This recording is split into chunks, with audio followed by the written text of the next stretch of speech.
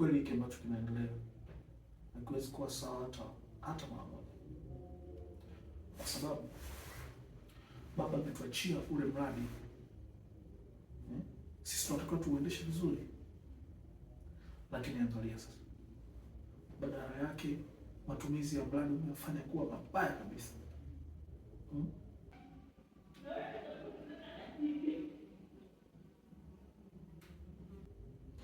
Na wewe tunakutegemea kama kiongozi mkubwa.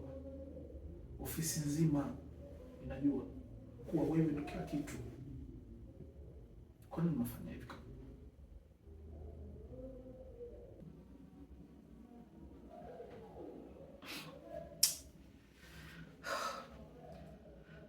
Yaani sijakuelewa yani.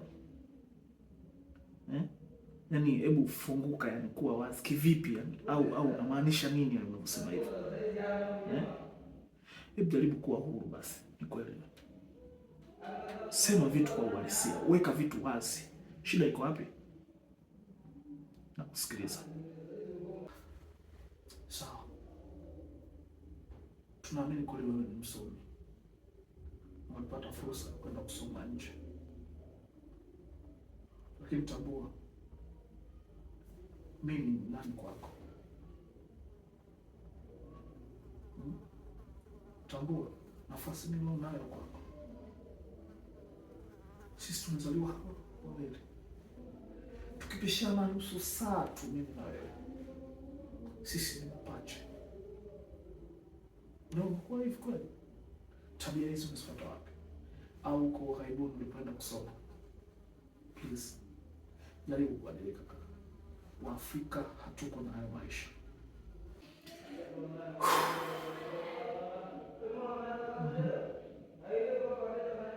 Sawa, sasa nisikilize. Sisi kuzaliwa mapacha haimaanishi kuwa tutakuwa na tabia sawa. Alafu kingine usichokijua wewe, mpolipoli, utaendelea kuwa na makoti magumu hayo ya baridi maisha yako yote. Kwa sababu hii moja, you are not educated. Huwezi kuwa na elimu ukiwa umesoma Tanzania. Na by the way, nafikiri hata mzee aliliona hilo, na ndio maana alichagua mimi mtoto wake pendwa